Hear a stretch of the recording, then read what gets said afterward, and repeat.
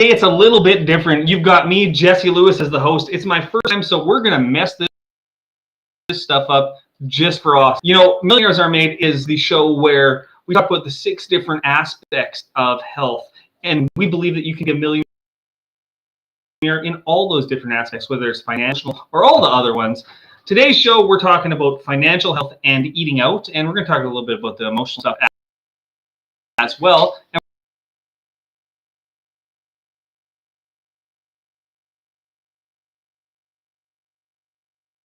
we're going to have a great time. So we all know how this works. If you've never seen the show before, it's really built on the fundamental beliefs that every person we meet knows something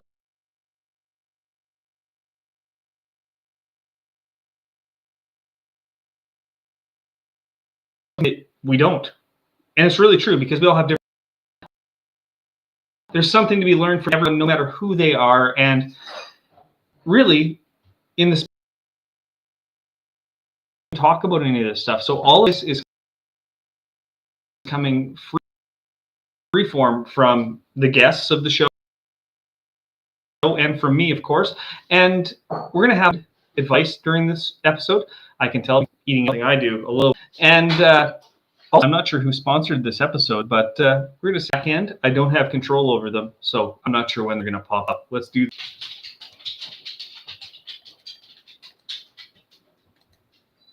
Okay, ladies and gentlemen, can we bring David on, please? Let's do this.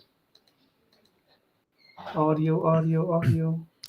Hey, how are you? I am good, David. I do apologize for the video breaking up. I'm not sure why it's doing that. Let's talk they say about we never had all these computer problems until we had all these computers. That is exactly it. So, David, can you tell me who you are first, and I'll see if I can work on this audio issue. Yeah, so my name is David Chuddick. I'm a financial advisor in South Carolina, and I also host the Weekly Wealth Podcast. And I have like a core belief, and that belief is that I believe that how we handle our money should positively impact our lives and the lives of those around us. So money is just a thing. It's just decimal points. At a point, it'll just be debit and credits, and there won't be any more paper money or coins or anything like that. But we should use money to give ourselves better lives and give the people around us better lives. And you know, we're going to talk more about it, but a lot of us spend money mindlessly on going out to eat, and that kind of gets in the way of our long-term goals. So this is a fascinating conversation that I'm excited to have.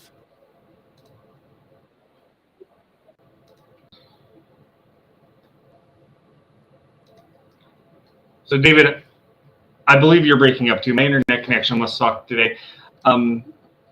So what you were saying there is you believe that money is about going out or going out to eat is a big aspect of it, and that's what causes some financial issues there. Is that correct? It is. Yeah. So most of us, if you think about your own life, most of us make a lot of decisions like not consciously. And we won't plan what we're going to eat, and then we'll just get hungry. So we go through the drive-through. And what is that? What happens is we spend more money than we would like at the drive-through. And then also, and I know Peter will talk more about it, we eat more calories than we should. And then over time, you gain a half pound a month. And all of a sudden, a few years later, you're 20 or 30 or 40 pounds heavier. So if we look at opportunity costs, and that's like a cool economic term, and opportunity cost is what you miss on when you choose one thing over another. So it's not really only about the money that I spend, it's about what that money could have done for me. So if I take lunch 3 times per week at, let's say, $15 for some drive-through combo meal, that's $45 a week, which is $2,340 a year, which is kind of a lot of money. But over time, if I would have invested that money at, let's say, 9%, in 10 years, I'd now have a $36,000 investment account. Or in 20 years, I'd have a $114,000 investment account. In 40 years, I'd have $716,000 in an investment account.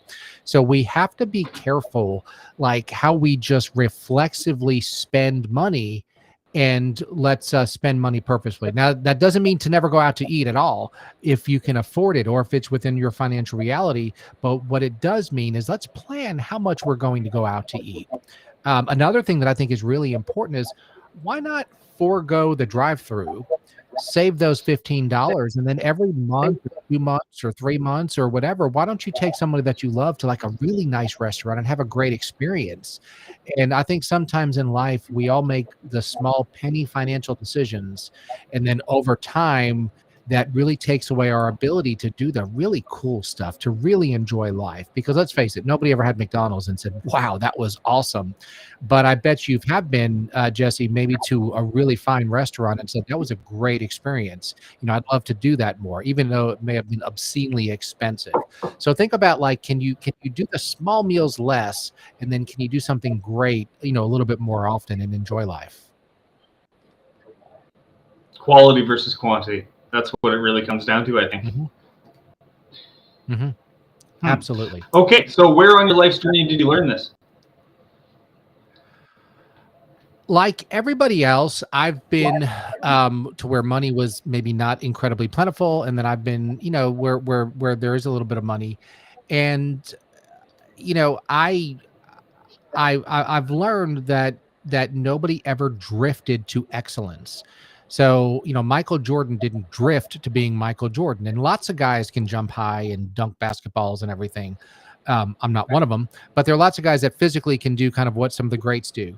But you don't get financially super healthy by drifting. You don't have great relationships by drift. You have to be purposeful, and purposefulness is something that I preach with my clients very often. And eating out is something that we have to be purposeful about. So give yourself a set amount of times that you're allowing yourself to eat out. But don't drift, because pretty soon you can find yourself going and getting a $7 coffee. Plus you're getting a $15 combo meal. Plus you were running late in the morning, so you went through the drive-thru and got a biscuit. Now you've spent $40 and you've had really, really bad fast food, and you're getting fat. So it's like it's something that snowballs. And now because you've gained a little bit of weight, now exercising a little bit harder, so you sit on the couch a little bit more, and you open up a bag of potato chips, and then it's just whole thing just steamrolls, and it's all from not being purposeful. So you're going to be poor, you're going to be fat, you're going to be unhealthy, and it's all just because you weren't purposeful in your decisions. Absolutely. That makes perfect sense. David, thank you so far. We're going to move on to our next guest, Natalie, or Nat, I believe. I'm sorry if I messed up your name. Nat, please come on as soon as our guy lets you in there. It is hey, Natalie. Jesse. Good. I didn't mess it up too badly. So, no problem. Natalie, tell us about yourself. Yeah, absolutely. So I'm a financial professional focused on providing financial education first, and then helping people build that foundation to their long-term financial plan. Looking to really give people the information that we're not taught in school. We learn financial education from whatever our parents told us in the school of hard knocks. And so my goal is to give people a legs up, to find them a little sooner than I was found, and give them the information they need to truly help reach their financial goals, whatever that looks like. I'm also the podcast host for a podcast called Nickels and Dimes, where I talk about all things finance and how it relates to a lot of different topics in our lives. Awesome. So what is your tip when it comes to eating out and financial health specifically? So for me, it's really very much what David was saying. Have a plan for it. It's not that eating out is the enemy.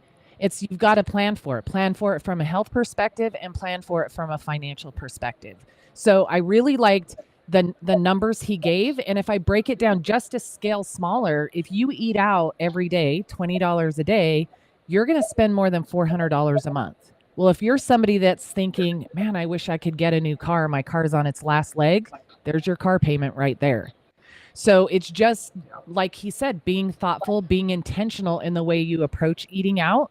One of the big tips I tell people all the time is when I eat out, I don't eat anywhere at full cost. I know which restaurants I like to go to. I watch for their buy one, get one free deals, or if they have, I love Mexican food. I could eat it 24/7. So I'm going to go on Taco Tuesday when things are half priced. So I look at the places I'm going to go eat. I think about how often. I try not to eat out more than once a week, but I'm still thoughtful about where I go from a calorie perspective and a health perspective, because I'm on my own health journey right now. I have been for almost a year. So I think that through, but then I still find ways, where can I go and save money? Because they all have different coupons or discounts or things going on at different times. So if you just take the time to plan it in, it helps a lot more. And if you take the time to create a line item for eating out in your budget and set a reasonable amount for that, then you can apply that to those time frames. So as a financial person, I'm going to expand it towards that. What's a reasonable amount for somebody to spend on eating out per month out of their budget, percentage-wise? We won't go cash-wise. We'll go percentage-wise. What's reasonable to actually be able to still save money and have a entertaining life? So I was going to say, when you're talking cash-wise, that's hard to say. It depends on what their budget is. Now, percentage, it's still going to depend on what their budget is. But I mean, for me personally, in my overall budget, I'm spending maybe 1 to 2% of my overall monthly coming in on eating out. But that's based on my habits and my goals. So it's really specific to each person. What I would say is the best way to determine that, if you're looking to figure it out, is sit down with a financial professional that will walk you through that will take you through looking at your overall budget from top to bottom. What are your necessities? First and foremost, your responsibilities, your necessities, and then what are your wants? And then figuring out those right percentages for those wants that still allow you to focus on your long-term financial goals. Absolutely. So it's going to be different for everybody, but for me, it's 1 to 2%. Okay. And where in your life did you learn all about this? How did you come about this knowledge? What's the story? Yeah, absolutely. So 6 years ago, almost 7, I had a huge personal life upheaval and really started going on a growth journey, a personal growth journey first. I was looking for a new position. My background is 20 years corporate accounting and finance, but I didn't learn that in corporate America or in college, believe it or not. And so throughout this journey, I came across some financial professionals, honestly, from a Facebook post. And I thought, you know what? I'm 46 years old. It's time to sit down and figure out my finances. I'd been a single mom for 13 years, didn't get regular child support, all the things. So when I sat down and looked at where I was at and the work I had to do to get where I wanted to be, I also realized through the education piece how many people don't know that information. And if I didn't know it with my background, most people don't know it. And it became a passion of mine. And I saw that there was a business opportunity there. So I started my business part-time. And then 4 years ago, I retired myself from corporate America to help people create the financial future of their dreams on a full-time basis. And I'm blessed to be a caretaker for my elderly parents now as well. Well, that's fantastic. That's awesome. We are going to move to the next guest. Those are the 3 questions. I'll see you in the round robin section. Thank you so much, Natalie. Sounds great. Thank you. Our next guest, we are up with, I got to get your name. Background, he's coming. I do have a bit of lag, everybody, so I do apologize for my computer being a little slow this morning. Our last guest is Peter. Peter, let's come on and let's talk about financial health and eating out. Now, from my understanding, you're the only one here that's not a financial expert. You have other expertise, but let's talk about the financial aspects of eating out. First off, who are you and where? Tell me your story. Yeah, Jesse, thank you so much for having me on. I know it's your first time hosting, but you're doing a great job, man. My name is Peter. I'm actually in the health and wellness industry. I help people balance their hormones and lose weight, but also talk about eating correctly and about how actually when you eat at home and you really focus on the grocery shopping, going out to like buy in bulk from Costco, it's a lot cheaper than actually eating out like McDonald's or fast food. I'm not saying that, as I said, I'm not saying that you can't eat out, just like how Natalie and David were saying, is that why not go to a quality place and enjoy the time compared to always eating crap food that can destroy your body internally. And we talk about time. Everyone says time is money, right? And the biggest thing I got to share about it is it doesn't take much to cook your own meals. It doesn't take much to prioritize your health. right? So that's the biggest aspect that I really want to share of what I do is I do help people realize that cooking isn't that long, and you can cook with a minimalistic area. Absolutely. Um, One of the things you said is it doesn't take much time. And what I find is a lot of people are doing like the Uber Eats thing where the food's not there for a half hour anyway. So why not just take time and cook it yourself? It's not that hard to do, right? And it's going to cost you 4 times as much ordering that way as well. So can you tell me, where did you learn this, and how does, I guess, where did you learn how to do this stuff, and how it pertains to everybody here? Yeah. Yeah, I actually decided to partner up with a health and wellness company, a very global health and wellness company, and I had a lot of mentors. I definitely didn't learn this from corporate America. I definitely didn't learn it from. I did learn it from school about nutrition, about how your body works, but I didn't learn the breakdown until after when I experienced it myself. Of like, okay, if I'm going fast food, as Natalie said, like when we talk about not having enough money for our payment for rent or a car, it comes down to how much fast food you're eating per day and how much you're spending per day on food itself, right? That $400, $500 can help you so long and long ways. Or as David said, you can take that money and do an investment and save more and more each day, or put it where you're increasing your money. So that's the aspect of it. Is I did learn it from real life experience and having amazing mentors. Yeah. That $400 a month they were talking about earlier, that translates into $4,000 per year. And even if you just took half that and put it in a pretty good investment, you'd have a lot of money in 5 or 10 years. With compound interest and stuff, it'd be amazing. So, Peter, we are about to enter our round robin section here. I'm moving faster than Austin normally does. Maybe I'm not going as deep as I should. But let's get everybody back for the round robin. And I'm going to go over a few other things. Okay. Where's our support team? There they are. They're coming. Hello, David. Hello, Natalie. And welcome still, Peter. So let's talk about financial health and eating out. And we'll just review each of your tips real quick. We'll go with David. What was your tip one more time? Just real quick, 2 sentences. Forego the crappy takeout and enjoy a nice meal periodically. Okay. And Natalie, your tip again? My tip is budget for it. Plan how many times you're going to eat out and set a budget for that that's reasonable and allows you to focus on things financially that are more important. Okay. And Peter, what was your final tip? Or what was your tip? It takes more to eat out and than less cooking, but also gives you more time in the future. That's awesome.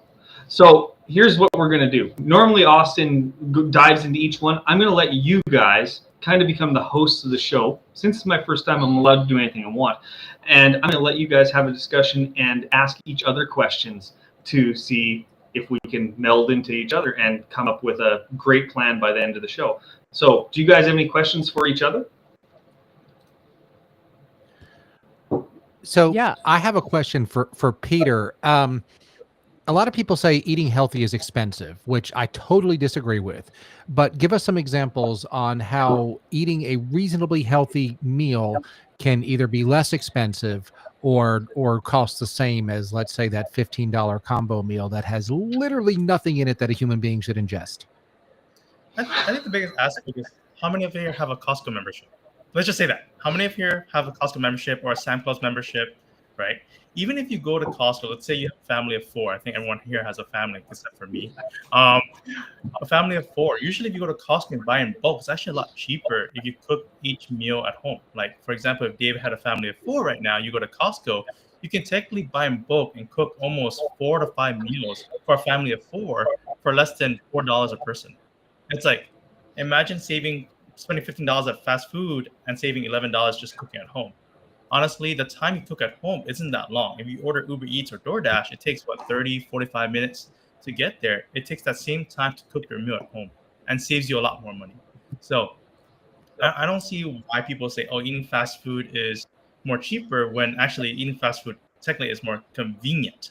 I think that's the wrong term that people are using now is They're like, oh, fast food is cheaper. No, it's not. Like McDonald's Big Mac now is what, $15, $16 right now, I think. And on DoorDash is like 18 or something like that. Compared to you going to Costco, you buying everything, you have a fridge, you store things in the freezer. If you don't eat it, you store it in the fridge if you do. And like Natalie said, I think the biggest thing we had a conversation before is meal prepping.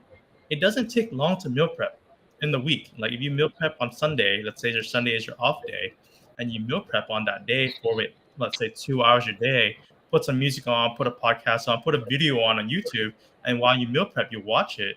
It doesn't take that long. Most of the time that people think takes long is the prepping. But once you prep, the cooking is so fast. So that's what a big part of it is. So you guys don't know this, obviously, because it's the first time we've ever met, but one of my businesses is a food truck, and it takes just as long to prep 30 meals as it does to prep 2 meals. So one of the things I do is I do freezer meals. I'll make a chili, and it gets thrown and portioned into the freezer, and it's not for every day. I'll have 5 or 6 different types of meals, like a chili or a stew or whatever for lunch, and it's available there all the time. And because I'm doing 30 of them at a time for the family, it's just easier. It's done. And it lasts for about 2 months in the freezer, which is perfect. Other questions that you guys had for the other guests on the show? Anything else from Natalie or David or Peter? I have a question for David and Natalie. I think both of them are in the financial field, and I'm a little different on this here. But for both of you guys, if someone were to save $11 per meal per person in the family, what can they grow? Like, how much can they grow per year in terms of that? If they put it in an investment account or a compound interest account, or even putting in the stock market, what can they see saving that money? Yeah, so I think David gave a good breakdown over time of that earlier. It's really going to depend on how many people are in your family. But let's say that you're saving, $100 a month. That's $1,200 a year. You put that in an account that's earning 10%. You're earning that 10% interest on top of that. And then the next year you do it again. And that interest even compounds because now you're earning it on top of that interest. That's the magic of compound interest, or the rule of 72. So it really comes down to how many people are in your family, but it's taking the time to do the math. Just like you said, eating out is not necessarily a time saver when you look at all the components that come into it, because at some point when you want to get more healthy, you got to spend a whole lot of time reversing a lot of maybe the damage or the lack of work that you've done. But you take that hour or two to meal prep, it can save you a ton of time down the road. And so one of the challenges I do to help my people identify how much they can save, and then we look at what types of accounts make sense to put that money in so we can project the growth. Now, I know David doesn't have a crystal ball any more than me, but based on historical performance, we can project pretty well for people what could happen. So I will challenge them to do a no-spend dining challenge for 1 week, just 1 week, and track how much money they save from that. Now, I never try to take somebody at the very beginning from 0 to 100 and say, cut it all the way out. But I want them to do it for 1 week to identify how much in their budget that impacts. And then I say to them, could you give up half of that on an ongoing basis? Could we cut, if it's $1,000 a month, could we cut it to 500? Now let me show you where taking that 500 and putting it into various financial products could do for you over time. And it's depending how many years they have to grow that money too, it's going to impact what it can produce over time. But I'll give you a simple example. I put my son in a program earlier this year. He's putting $250 a month into it. My son is 24 years old. At the age of 65, with an average of 7% growth, he's expected to have around $1 million in that account. So that's about a 41-year time frame, $250 a month with that average growth. So time, the amount, and the product you pick all matter. And that's really specific to your goals. So I would recommend get with somebody that you can explain what you're looking for, let them show you some different options, and then do the math together so that you have some skin in the game. So I'm going to pause there. For some people, $1 million doesn't seem like very much money. Most of those people have never had $1 million. $1 million is a lot of money. And the one thing that I never ever hear financial people talk about is the inflation rate. So even with the inflation rate, if you're getting 10%, inflation's not that high. What's it at, 4% now or something like that? Even with inflation, you're still gaining 6%, which is a lot of cash flow coming in if you did that type of a plan, everybody. Are there other questions that you guys have for yourselves or for each other, I guess? Is there anything we're missing? Sorry. Oh, I was gonna ask Peter really quick. So how, if you can, like, real quick, somebody that's looking at how do I make some healthier shifts in my eating that would allow me to budget better? You mentioned the Costco thing, but what kind of pointers would you give somebody that's ready to step into this journey and take some action? Like, where can they get some information or some help? What would be maybe the top 2 or 3 things you'd recommend they do to get started? I think the biggest aspect is finding what you enjoy eating. I think that's the number one thing. Is a lot of people enjoy fish, a lot of people enjoy steak, a lot of people enjoy chicken, etc. Right? So actually, the first step is, what do you enjoy eating? Right? Do you enjoy your veggies? Do you enjoy your protein? Do you enjoy these carbs? Even though carbs aren't really that good for you, but really, that's the first step, is really enjoying that part. And so that's all it takes, is the first step of finding that out. And then from there, you can go to Costco and buy that in bulk, which is a lot cheaper, right? It's like some proteins are almost like $5.99 a pound or $4.99 a pound, depending on what protein you take. But you can make that into different types of meals. Everyone thinks it's boring that you just buy steak and you have to make it salt and pepper, garlic, whatever. But there's so many different recipes out there to make it healthier. So most of the times you're buying the groceries and produce in bulk. But let's say, for example, your oil, your seasoning, it takes a long time to finish it, right? It's like it takes 30 days, 60 days to finish a 6-pack of seasoning or a pack of oil. So technically, you're saving a lot more money in the long run actually buying things in bulk. I love it. That's fantastic. We do have to close up. So, guys, I want to thank you for coming. Normally, we do a challenge at the end of the show. So I'm going to ask you, David, do you have any portions of a challenge that you would like for people to go forward with from this? Portion of a challenge. Yeah, I think just and probably Natalie will agree, just come up with a number of what you're going to allow yourself to spend on eating out per week or per month, and just say, I will stick with it regardless. Okay, that's awesome. Natalie, let's go to you. What is your portion of the challenge? What is it, the same, or do you have something else to add to it? I'm going to build on what David said. I absolutely agree with what he said, but I will also say, if you're just stepping into that realm, reach out to some of your friends that maybe want to go on a similar journey and do a recipe swap. Do a recipe swap so that you get new ideas to make different meals like Peter was talking about, and you learn new, easy ways to make things. Make it a game. That's one of my favorite things to do. When I'm doing something new that feels like a challenge or overwhelming, I find a way to make it fun. And before I know it, I'm creating new healthy habits.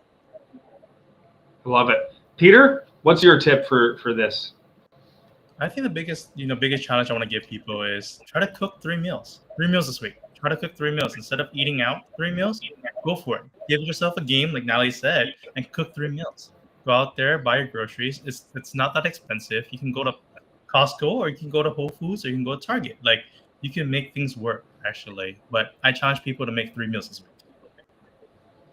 That's fantastic. Everybody, I do want to thank you for being on Millionaires Are Made. I'm sorry for the hiccups from my end. I literally had 5 minutes notice, so I do apologize. And I'm sorry I look like a hobo. Other than that, I do want to say thank you to David, to Peter, and to Natalie. You've been wonderful guests, and this ends the show. Everybody, your challenge for this week, you heard them, and I guess to reiterate them, do a budget, check your budget, try to cook 3 meals, and Natalie, what was the last part that you wanted them to do? I apologize, my brain went farted. No, you're good. Do a recipe swap to get some new fun ideas of easy, quick meals you can make. That's awesome. Thank you, everybody. Make sure you do all those things. It's Jesse here from Millionaires Are Made. I'm sure that Austin will be back in one of the next shows. You guys have